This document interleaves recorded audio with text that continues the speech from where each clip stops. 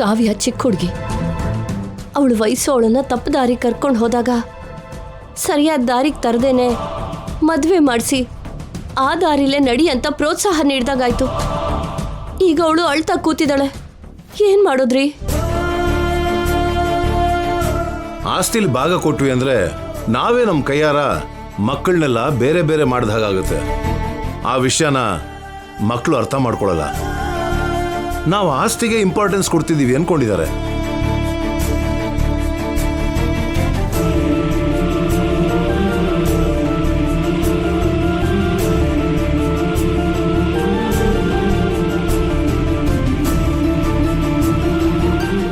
ಪವನ್ ಮನೆಗೆ ಹೋಗಿದ್ರಾ?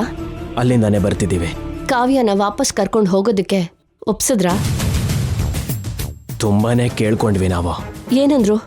ವರದಕ್ಷಿಣೆ ಕೊಟ್ಟಿಲ್ಲ, ಕನಿಷ್ಠ ಆಸ್ತಿಲ್ ಪಾಲು ಕೊಡಲ್ವಾ ಅಂತ ಅವ್ರು ತುಂಬಾನೇ ಹಠ ಮಾಡ್ತಿದ್ದಾರೆ.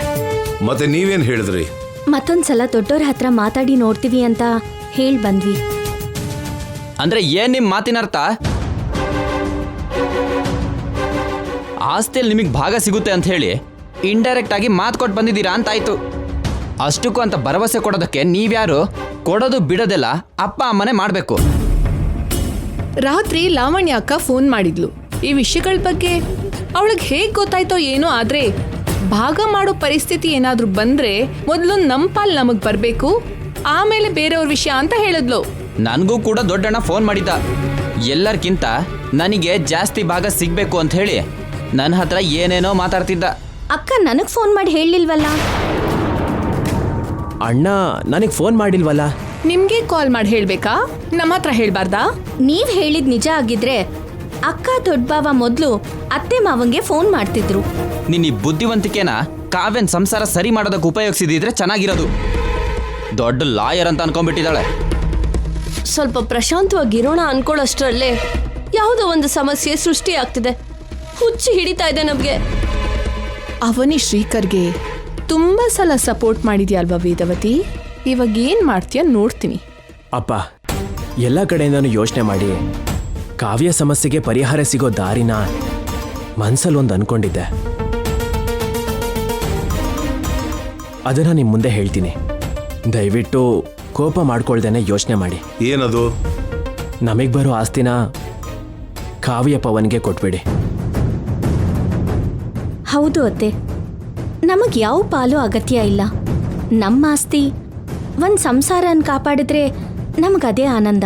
ಆ ಕಡೆ ಹೋಗಿ ಈ ಕಡೆ ಹೋಗಿ ಕೊನೆಗೆ ಆಸ್ತಿ ಹತ್ರಕ್ಕೆ ಬಂದ್ರಲ್ಲ ಯಾಕೆ?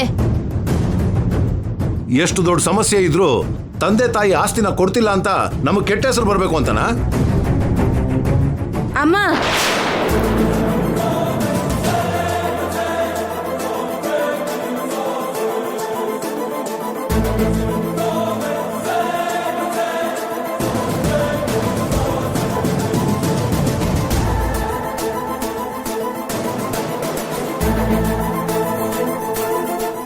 ನಮ್ಮ ಸಮಸ್ಯೆಗೆ ಪರಿಹಾರನ ನೀವ್ಯಾರೂ ತೋರಿಸ್ಬೇಕಾಗಿರೋ ಅಗತ್ಯ ಇಲ್ಲ. ನಾವೇ ನೋಡ್ಕೊಂಡಿದೀವಿ.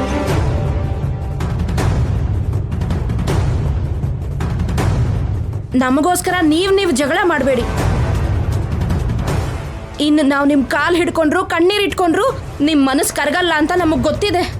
ಅದಕ್ಕೆ ನಾವೇ ಒಂದು ನಿರ್ಧಾರ ತಗೊಂಡಿದ್ದೀವಿ. ಹೌದು ಅತ್ತೆ ಅವರೇ, ಮನೆ ಅಳಿಯ ಅನ್ನೋ ಕೀಳು ಭಾವನೆ ನಿಮ್ಮಲ್ಲಿದೆ. ಅದಕ್ಕೆ ಆವಾಗವಾಗ ಅದನ್ನು ನೀವು ನೆನಪು ಮಾಡ್ತಿರ್ತೀರ. ನಮಗೇನಾದರೂ ಆಪತ್ತು ಬಂದರೆ ಸಹಾಯ ಮಾಡ್ತಿಲ್ಲ. ಅದಕ್ಕೆ ನಮ್ಮ ನಿರ್ಧಾರನ ನಾವು ತಗೊಂಡಿದ್ದೀವಿ. ಏನ್ ನಿರ್ಧಾರ ತಗೊಂಡ್ರಿ ಬಾಬಾ?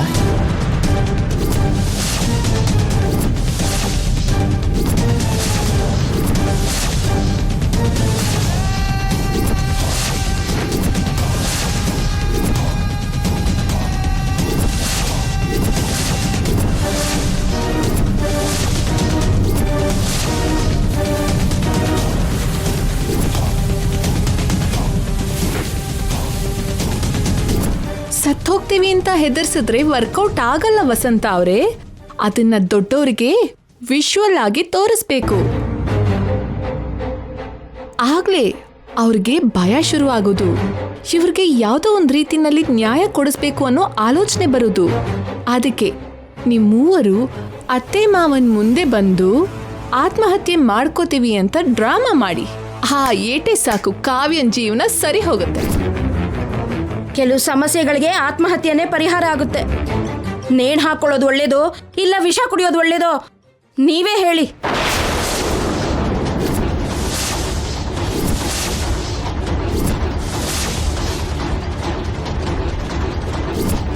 ನಿಮ್ಮ ನಿರ್ಧಾರದ ಮೇಲೆ ನಮ್ಮ ಬದುಕು ನಿಂತಿದೆ.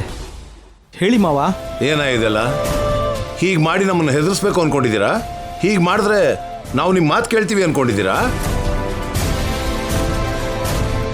ಈ ರೀತಿ ಬ್ಲ್ಯಾಕ್ ಮೇಲ್ಗೆ ಇಳಿತೀರಾ ಅಂತ ನಾವು ಅನ್ಕೊಂಡಿರ್ಲಿಲ್ಲ. ಹೆದರ್ಸೋದಿಕ್ಕಲ್ಲಮ್ಮ, ನಾವು ನಿಜವಾಗ್ಲೇ ಹೇಳ್ತಿದ್ದೀವಿ. ಅಯ್ಯೋ ವಸಂತ ಅವರೇ, ಅವನಿ ಮಾಡಿರೋ ಕೆಲ್ಸಕ್ಕೆ ನೀವ್ಯಾಕೆ ಸಾಯ್ಬೇಕು? ಹೌದಕ್ಕ, ಕಾವ್ಯ ಪವನ್ ಮದುವೆ ಮಾಡಿಸಿ ಕೈ ತೊಳ್ಕೊಂಡು ಇವರಿಬ್ರು ಚೆನ್ನಾಗೇ ಇದ್ದಾರೆ. ಆದ್ರೆ ನಿನಗಿಂತ ಪರಿಸ್ಥಿತಿ ಏನು ಕಕ್ಕ? ಈ ವಿಷಯದಲ್ಲಿ ಲಾವಣ್ಯ ಅಕ್ಕ ದೊಡ್ಡ ಭಾವ ಕೂಡ ಅವನಿಗೆ ಬೈತಾ ಇದ್ರು.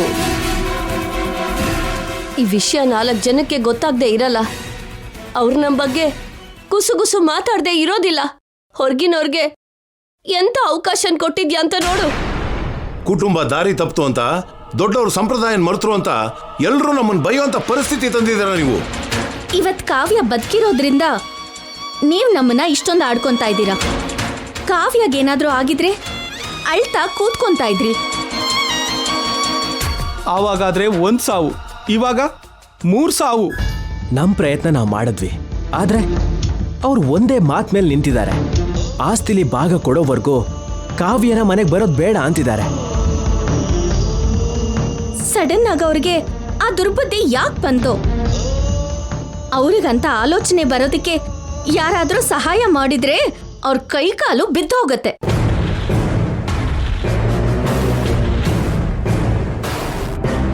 ಅವ್ರ ಬಾಯಿ ಬಿದ್ದೋಗತ್ತೆ.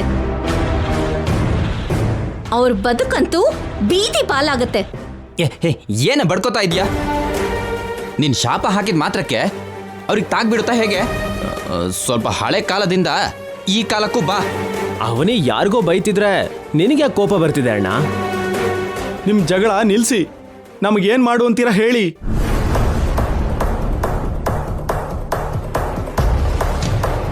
ಯಾವ್ದ್ರಿಂದ ಸಾಯಿ ಅಂತ್ಯ ಹೇಳಮ್ಮ. ಸಮಸ್ಯೆಗಳಿಗೆ ಸಾವೊಂದೇ ಪರಿಹಾರ ಅನ್ಕೊಂಡಿದ್ದಿದ್ರೆ ನಾನು ನಿಮ್ಮಪ್ಪ ಯಾವತ್ತೋ ಸಾಯ್ಬೇಕಾಗಿತ್ತು. ಇಷ್ಟು ಸಮಸ್ಯೆಗಳನ್ನ ಎದುರಿಸ್ಲಿಲ್ಲ ಅಂದಿದ್ರೆ ಜೀವನ ಇಷ್ಟು ದೂರ ಬರ್ತಾನೆ ಇರಲಿಲ್ಲ. ಕೊನೆ ಪ್ರಯತ್ನವಾಗಿ ನಾವು ಪ್ರಯತ್ನ ಪಡ್ತೀವಿ. ಆಮೇಲೆ ನಾವು ಯಾವ ನಿರ್ಧಾರ ತಗೊಂಡ್ರು ನೀವು ಬಾಯಿ ಮುಚ್ಕೊಂಡು ನಾವು ಹೇಳ್ದಾಗ ಕೇಳಬೇಕು. ಏನ್ರಿ, ನಾವು ಆ ಪವನ್ ಮನೆಗೆ ಹೋಗೋಣ ಬನ್ನಿ. ನಡಿವೇದ.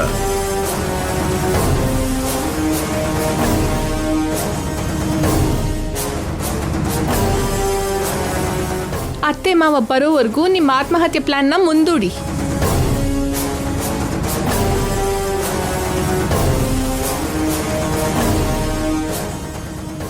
ಈ ಅವನಿ ಅಂತೂ ಸುಮ್ಮನೆ ಇರೋದೇ ಇಲ್ಲ. ಏನಾದ್ರೂ ತೊಂದರೆ ಮಾಡ್ತಾನೆ ಇರ್ತಾಳೆ.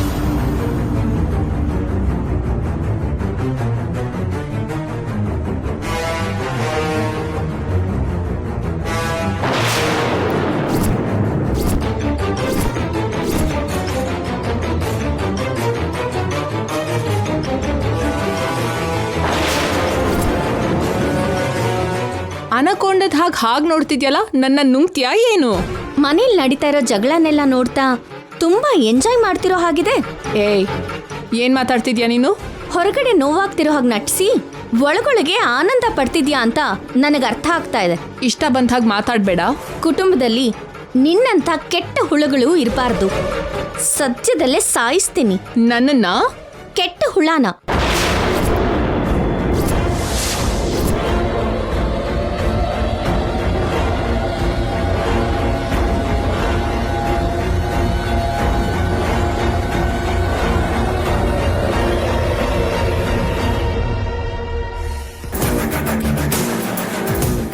ಕೊನೆಗೆ ವೇದವತಿ ಪ್ರಸಾದ್ ರಾವ್ ಅವ್ರು ಕೂಡ ಬೀದಿಗೆ ಬಂದಾಯ್ತು.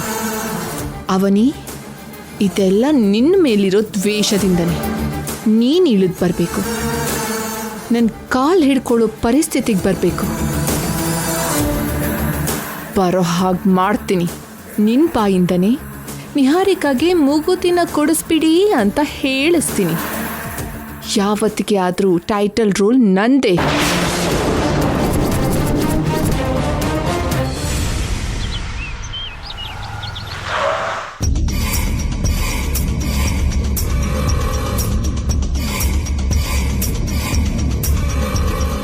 ಗಿರ್ಜಾ, ಕಾವ್ಯವರ ಅಮ್ಮಮ್ಮ ತಾತ ಬರ್ತಿದ್ದಾರೆ.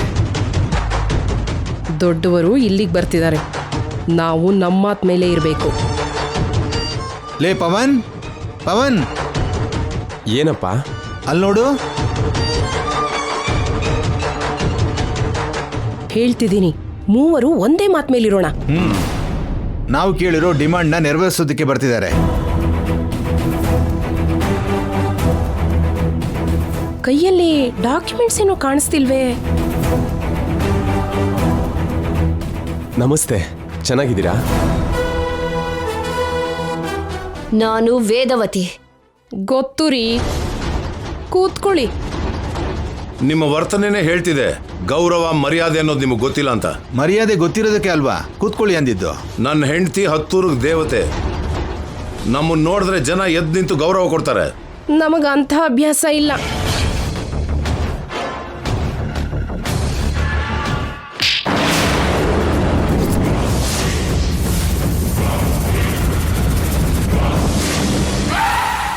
ಯಾರನ್ನ ಹೇಗ್ ನಿಲ್ಲಿಸ್ಬೇಕು ಅಂತ ನನಗ್ ಚೆನ್ನಾಗ್ ಗೊತ್ತು. ನನ್ನ ಮಗನಿಗೆ ಯಾಕೆ ಹೊಡೆದ್ರಿ? ತಪ್ಪು ಮಾಡೋರ್ಗೆ ಶಿಕ್ಷೆ ನೀಡೋದು ನನ್ನ ಸಂಪ್ರದಾಯ. ಏನ್ ತಪ್ಪು ಮಾಡಿದಾನೆ? ಆಸ್ತಿಲಿ ಪಾಲ್ ಕೇಳ್ದ ಅಲ್ವಾ? ಹೌದು, ಅದಕ್ಕೆ ಹೊಡಿತೀರಾ? ಮನೆಯಲ್ಲಿ ಮಾತ್ರ ಅಲ್ಲ, ರೋಡ್ ಮೇಲೆ ಎಳ್ಕೊಂಡೋಗು ಹೊಡಿತೀವಿ. ಹುಡುಗನ್ ತಂದೆ ತಾಯಿ ಜೊತೆ ಹೀಗೇನೆ ಮಾತಾಡೋದು? ಇದೇನೆ ನಿಮ್ ಸಂಪ್ರದಾಯ? ಸಂಸ್ಕಾರ ಗೊತ್ತಿಲ್ದೇ ಇರೋರ್ ಹತ್ರ ನಮ್ ವರ್ತನೆ ಹೀಗೆ ಇರುತ್ತೆ, ನಮ್ ತೀರ್ಮಾನ ಇನ್ನೊಂದ್ ತರ ಇರುತ್ತೆ. ತೀರ್ಪಿನ ಬಗ್ಗೆ ಮಾತಾಡೋದಕ್ಕೆ ಇದೇನು ಹಳ್ಳಿಲಿರೋ ಧರ್ಮಪೀಠ ಅಲ್ಲ, ಕೋರ್ಟ್ ಅಂತೂ ಅಲ್ಲವೇ ಅಲ್ಲ. ಈ ವೇದವತಿ ಎಲ್ಲಿ ನಿಲ್ತಾಳೋ ಅದೇ ಧರ್ಮಪೀಠ. ನೀವು ತುಂಬಾ ಜಾಸ್ತಿ ಮಾತಾಡ್ತಿದ್ದೀರಾ. ನೀವು ಕಡಿಮೆ ಮಾತಾಡಿದಷ್ಟು ಒಳ್ಳೇದು. ಏನು ಹೆದರ್ಸಿದ್ದೀರಾ? ಅವರವರ ಸ್ಥಾನ ಅವರಿಗಿರುತ್ತೆ.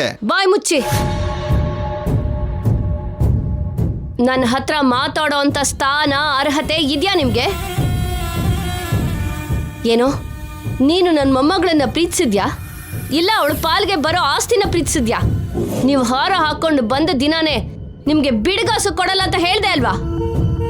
ಕಾವ್ಯ ನಿಮ್ ಮನೆ ಕರ್ಕೊಂಡು ಬಂದು 48 ಗಂಟೆನೂ ಆಗಿಲ್ಲ, ಆಗ್ಲೇ ನಿಮ್ ಬುದ್ಧಿನ ತೋರಿಸ್ತಾ ಇದ್ದೀರಾ. ನಮ್ಮ ಎರಡನೇ ಸೊಸೆ ಬುದ್ಧಿ ಹೇಳಿದಾಳೆ. ನಮ್ಮ ಚಿಕ್ಕ ಮಗ ಚಿಕ್ಕ ಸೊಸೆ ಬಂದು ಬಿಡಿಸಿ ಹೇಳಿದ್ರು. ಏನೇ ಆದ್ರೂ ನಿಮ್ಮಲ್ಲಿ ಬದಲಾವಣೆ ಕಾಣಿಸ್ಲಿಲ್ಲ. ನೀವು ಇಷ್ಟೊಂದು ಮಾತಾಡ್ತಿದ್ದೀರಾ? ಹೆಣ್ಣು ಮಕ್ಕಳಿಗೆ ಆಸ್ತಿಲಿ ಪಾಲ್ ಕೊಟ್ರೆ ತಪ್ಪೇನಿದೆ? ಆಸ್ತಿ ಏನಾದ್ರೂ ಕರ್ಗೋಗುತ್ತೆ ಅಂತ ನಿಮ್ ನೋವು? 100 ಜನಕ್ಕೆ ಜಮೀನ್ ದಾನ ಮಾಡಿದ ವಂಶ ನಮ್ದು. ಏನ್ ಮಾತಾಡ್ತಿದ್ಯಮ್ಮ ನೀನು? ನೀವು ನೋಡಿ ಸಂಬಂಧ ಜೊತೆ ಮದುವೆ ಮಾಡಿದ್ರೆ ವರದಕ್ಷಿಣೆ ಕೊಡ್ತಾ ಇರ್ಲಿಲ್ವಾ? ಹಾಗೆ ಮಾಡ್ಕೊಳ್ದೇನೆ ನನ್ನ ಕುಟುಂಬದ ಪದ್ಧತಿನ ತಪ್ಪಿ ಮಾಡ್ಕೊಂಡಿದ್ದಕ್ಕೆ ಅಲ್ವಾ ನಾನು 1 ರೂಪಾಯಿನೂ ಕೊಡಲ್ಲ ಅಂದಿದ್ದು. ಯಾರೋ ಬಂದು ಆಸ್ತಿನ ಭಾಗ ಮಾಡಿ ಅಂದ್ರೆ ನಾನ್ ಮಾಡಲ್ಲ. ಯಾವಾಗ ಏನ್ ಮಾಡ್ಬೇಕೋ ನನಗ್ ಗೊತ್ತು. ಹೆಂಡ್ತಿನ ಸಾಕೋಕಾಗದೇ ಇರೋನು ಕಾವ್ಯನ ಯಾಕೆ ಮದುವೆ ಮಾಡ್ಕೊಂಡೆ ನೀನು? ಮದ್ವೆಗೆ ಸ್ವಲ್ಪ ಸಮಯ ಬೇಕು ಅಂತ ನಾನು ಕೇಳಿದೆ. ನಿಮ್ಮ ಅವನೇ ಮಾಡಿಸ್ಬಿಟ್ರು. ಅದ್ರಲ್ಲಿ ನನ್ನ ತಪ್ಪೇನಿದೆ? ನೋಡು, ಈ ಕಳ್ನಾಟಕ ಎಲ್ಲ ನಮ್ಮ ಮುಂದೆ ಬೇಡ. ನೀನ್ ಮೊದಲಿಂದಾನೆ ಎಲ್ಲ ಪ್ಲಾನ್ ಮಾಡ್ಕೊಂಡೆ ಮಾಡಿದ್ಯಾ. ನಿಮ್ ಬುದ್ಧಿನೇ ಅಂತ ಅದು. ತಂದೆ ತಾಯಿ ಒಳ್ಳೆಯವರಾಗಿದ್ರೇನೆ ಅಲ್ವಾ ಮಕ್ಕಳು ಒಳ್ಳೆಯವರಾಗಿರೋದಕ್ಕೆ. ಬೆಳೆಸಿರೋ ರೀತಿ ಅಂತದ್ದು. ಅದ್ರ ಬಗ್ಗೆ ನೀವೇ ಮಾತಾಡ್ಬೇಕು. ಮತ್ತೆ ಏನ್ ನಿನ್ ಉದ್ದೇಶ? ನಿಮ್ ದೊಡ್ಡ ಮಗ ನಿಮಗ್ ಇಷ್ಟ ಇಲ್ದೇ ಇರೋ ಹುಡುಗಿನ ಗೊತ್ತಿಲ್ದೆ ಮದ್ವೆ ಮಾಡ್ಕೊಂಡ. ಏನಾಗಿತ್ತು ನಿಮ್ ಮಗನ್ ಬುದ್ಧಿ? ಏನಾಯ್ತು ನಿಮ್ ಕಟ್ಪಾಡು? ನಿಮ್ ಚಿಕ್ಕ ಮಗ ಕೂಡ ಅದೇ ಕೆಲಸ ಮಾಡ್ದ. ಆವಾಗೇನಾಯ್ತು ನಿಮ್ ಕಟ್ಪಾಡು? ಮಲ್ಲಿಗೆ ಗಿಡಕ್ಕೆ ಮಲ್ಲಿಗೆ ಹೂವೇ ಬಿಡ್ಬೇಕಲ್ವಾ ಮತ್ತೆ? ಅಳಿಯ ಕೆಲ್ಸಕ್ಕೆ ಬಾರ್ದಿರೋನು, ಅದಕ್ಕೆ ಅಳಿಯನ್ನ ಮಗಳನ್ನ ಮನೇಲಿ ಇಟ್ಕೊಂಡಿದ್ದೀರಾ. ಎರಡನೇ ಮಗ ಯಾವತ್ತೂ ಚಿಕ್ಕಂದಿನಲ್ಲಿ ತಪ್ಪೋಗಿ ಈವಾಗ ಮನೆಗೆ ಸೇರಿದಾನೆ. ನಿಮ್ ಕುಟುಂಬನೇ ಅಸ್ತವ್ಯಸ್ತವಾಗಿದೆ, ನೀವು ಬಂದು ನಮ್ಗೆ ಬುದ್ಧಿ ಹೇಳ್ತಿದ್ದೀರಾ. ಕಾಮಿಡಿ ಅಲ್ವಾ? ನಿಮ್ಗೂ ನಮ್ಗೂ ವ್ಯತ್ಯಾಸ ಏನಿದೆ? ನಮ್ ಮನೇಲಿ ಏನೇ ನಡೆದ್ರು ನಮ್ ಮನೇಲೆ ಸರಿ ಮಾಡ್ಕೊಂಡಿದೀವಿ. ನಿಮ್ ಹಾಗೆ ಸೊಸೆನ ಆಸ್ತಿಲ್ ಭಾಗ ತಗೊಂಡ್ ಬಾ ಅಂತ ಹೊರಗಡೆ ಕಳ್ಸಿಲ್ಲ. ಪ್ರತಿ ಮನೇಲೂ ಸಮಸ್ಯೆ ಇರುತ್ತೆ, ಆದ್ರೆ ನಿಮ್ ತರ ಹೆಣ್ಮಗು ಆಸ್ತಿಗೋಸ್ಕರ ನಾವ್ ಯಾವತ್ತೂ ಆಸೆ ಪಡ್ಲಿಲ್ಲ. ನೀವು ನಮ್ ಜೊತೆ ಹೋಲಿಕೆ ಮಾಡ್ಕೋತಿದ್ದೀರಾ, ನಾಚಿಕೆ ಆಗಲ್ಲ ನಿಮ್ಗೆ? ನಿಮ್ಗೆ ಅರ್ಥ ಮಾಡಿಸಿ ಕಾವ್ಯ ಸಂಸಾರನ ಸರಿ ಮಾಡೋಣ ಅನ್ಕೊಂಡ್ವಿ. ಆದ್ರೆ ನಿಮ್ಮ ವರ್ತನೆ ನೋಡಿದ್ಮೇಲೆ ನಮ್ಮ ನಿರ್ಧಾರ ಬದಲಾಯ್ತು. ನೀವೇ ತಗ್ಗಿ ಬಂದ್ರೆ ಅವಾಗ ಏನ್ ಮಾಡ್ಬೇಕೋ ಯೋಚನೆ ಮಾಡ್ತೀವಿ, ಇಲ್ಲ ಅಂದ್ರೆ ಬುದ್ಧಿ ಬರೋ ಹಾಗೆ ಮಾಡ್ತೀವಿ. ನಡೀರಿ.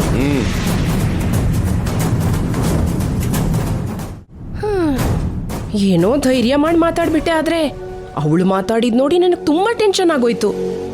ಆಸ್ತಿ ಕೊಡಕ್ಕೆ ಬಂದಿದ್ದಾರೆ ಅಂದ್ಕೊಂಡ್ವಿ, ಎಲ್ಲ ರಿವರ್ಸ್ ಆಗೋಯ್ತು. ನೆಕ್ಸ್ಟ್ ಏನು ನಡೆಯುತ್ತೋ ಏನೋ.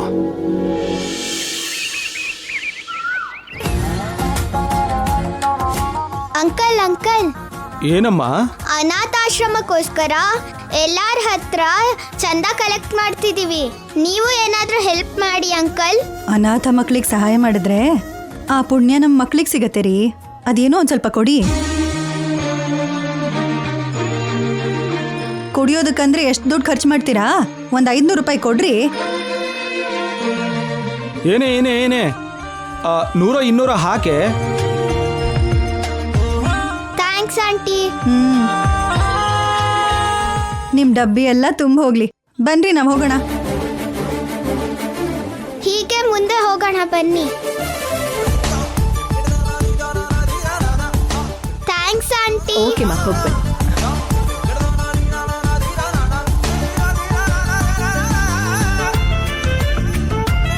ಪಬ್ಬಲ್ಲಿ ಎಲ್ಲರೂ ಸಿಗೋಣ ಅಂತ ಫ್ರೆಂಡ್ಸ್ ಎಲ್ಲ ಹೇಳ್ತಿದ್ದಾರೆ. ನೀನ್ ಯಾವಾಗ ಟೈಮ್ ಕೊಡ್ತೀಯಾ? ನಾನು ಇವಾಗ ಟೈಮ್ ಕೊಡೋದಲ್ಲ. ಲಾಸ್ಟ್ ಟೈಮ್ ನನ್ನ ಟೈಮ್ ಚೆನ್ನಾಗಿದ್ದು ಸೇವ್ ಆದೆ. ಇಲ್ಲ ಅಂದಿದ್ರೆ ಅವತ್ತು ವೇದವತಿ ಮುಂದೆ ನನ್ನ ಹಳೆ ಚರಿತ್ರೆ ಎಲ್ಲ ಬಯಲಾಗೋಗ್ತಿತ್ತು. ಹೋಗೋಣ ಬಾ ಸೌಮ್ಯ, ನಾವು ಹೋಗೋಣ. ಎಲ್ಲರೂ ಒಟ್ಟಿಗೆ ಕೇಳಕ್ಕಿಂತ ಡಿವೈಡ್ ಆಗಿ ಕೇಳೋಣ. ಸರಿ. ಅಷ್ಟಕ್ಕೂ ಅವನಿಗೂ ನಿನಗೂ ನಡೀತಾ ಇರೋ ಜಗಳ ಎಲ್ಲಿವರೆಗೂ ಬಂದಿದೆ? ಶತ್ರುನ ಸೋಲ್ಸಿ ನನ್ನ ರಾಜ್ಯನ ನಾನ್ ಗೆಲ್ಲೋದಕ್ಕೋಸ್ಕರ ನಿರಂತರ ಹೋರಾಟ ನಡೀತಾನೇ ಇದೆ.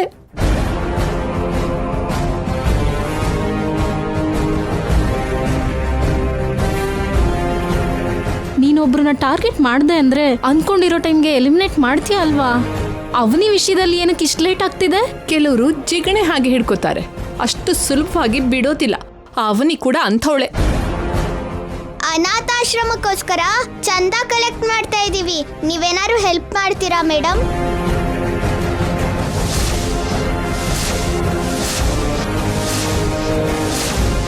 ಏನೇ ಮರಿ ರಾಕ್ಷಸಿ, ಡಬ್ಬಿ ಹಿಡ್ಕೊಂಡು ಊರೆಲ್ಲ ತಿರುಗ್ತಿದ್ಯಾ? ನಿನಗ್ ಗೊತ್ತಿರೋ ಮಗುನಾ? ಚೆನ್ನಾಗೇ ಗೊತ್ತು. ಮತ್ತೆ ರಾಕ್ಷಸಿ ಅಂತಿದೀಯಾ? ಇವಳಿಗೆ ರಾಕ್ಷಸಿ ಅನ್ನೋ ಹೆಸರು ಕೂಡ ತುಂಬಾ ಚಿಕ್ಕದು. ಇವಳ ಬಗ್ಗೆ ನಿನಗೆ ಗೊತ್ತಿಲ್ಲ. ತುಂಬಾ ಅಂದ್ರೆ ತುಂಬಾ ತಲೆಹರಟೆ. ನಿನಗಿಂತಾನಾ? ಹಾ, ನೋಡಿದ್ಯಾ ಹೇಗ್ ಮಾತಾಡ್ತಾ ಇದ್ದಾಳೆ? ಏನೇ ನಿಜವಾಗ್ಲೂ ಅನಾಥ ಮಕ್ಕಳಿಗೋಸ್ಕರನೇ ಡೊನೇಷನ್ ಕಲೆಕ್ಟ್ ಮಾಡ್ತಾ ಇದ್ಯಾ, ಇಲ್ಲ ಅಂದ್ರೆ ನಿಮ್ಮ ಅಗತ್ಯಕ್ಕೋಸ್ಕರ ಏನಾದ್ರೂ ಹೇಗ್ ಬೇಡ್ತಾ ಇದ್ಯಾ? ನೀವು ಕೊಡ್ಲಿಲ್ಲ ಅಂದ್ರೆ ಬೇಡ ಬಿಡಿ. ಇಷ್ಟ ಬಂದಂಗೆ ಮಾತಾಡ್ಬೇಡಿ. ಅಮ್ಮ ಏನು 4 ಮನೇಲಿ ಕೆಲಸದವಳು, ಅಪ್ಪ ಏನು ಕುಡುಕ. ಮನೆ ಅಗತ್ಯನ ನೋಡ್ಕೊಳ್ಬೇಕು ಅಂದ್ರೆ ನೀನೀ ಕೆಲಸ ಮಾಡೋದು ತಪ್ಪಲ್ಲ ಬಿಡು. ಇವಾಗ ನಮ್ಮ ಅಮ್ಮ ಯಾರ ಮನೇಲೂ ಕೆಲಸ ಮಾಡ್ತಿಲ್ಲ. ಯಾಕಂದ್ರೆ ನಮ್ಮಪ್ಪ ಆಟೋ ಓಡಿಸ್ತಿದ್ದಾರೆ. ಅಬ್ಬಾ, ನಿಮ್ಮಪ್ಪ ಬದಲಾಗಿದ್ದಾನೆ ಅಂತ ಎಷ್ಟು ಬಿಲ್ಡಪ್ ಕೊಡ್ತಿದ್ಯಾ ನೋಡು. ನನಗೆ ಗೊತ್ತಿರೋ ಹಾಗೆ ನಿಮ್ಮ ಅಪ್ಪನೇ ನಿನ್ನ ಹೀಗೆ ಕಳ್ಸಿರ್ತಾನೆ. ಹೀಗಾದ್ರೆ ಈಸಿಯಾಗಿ ದುಡ್ಡು ಸಂಪಾದಿಸಬಹುದು ಅಂತ ಸಲಹೆ ಕೊಟ್ಟಿರ್ತಾನೆ. ನಿಮ್ಮಪ್ಪ ನಿನ್ನ ಕೈಗೆ ಈ ಡಬ್ಬಿ ಅಲ್ದೆ ಒಂದು ಬುಟ್ಟಿಗೆ ಕೊಟ್ಟಿದ್ರೆ ಇನ್ನೂ ಚೆನ್ನಾಗಿರ್ತಿತ್ತು. ಹೌದು, ನಿಮ್ಮಪ್ಪ ಈ ಮಧ್ಯ ಕಳ್ತನ ಮಾಡ್ತಾ ಇಲ್ವಾ? ನಮ್ಮಪ್ಪನ ಬಗ್ಗೆ ಆಗ ಮಾತಾಡಿದ್ರೆ ನಾನು ಸುಮ್ಮನೆ ಇರಲ್ಲ. ಏನೇ ಮರಿ ರಾಕ್ಷಸಿ, ಹಾಕಿರ್ಚಾಡ್ತಾ ಇದ್ಯಾ? ನಮ್ಮಪ್ಪ ತುಂಬಾ ಒಳ್ಳೆಯವರು. ನೀನೇ ಬಾಡ್ ಆಂಟಿ. ನನ್ನ ಹತ್ರ ಇಷ್ಟೊಂದು ಕೊಬ್ಬಲ್ ಮಾತಾಡ್ತಿದ್ಯಾ ನಿನ್ನ?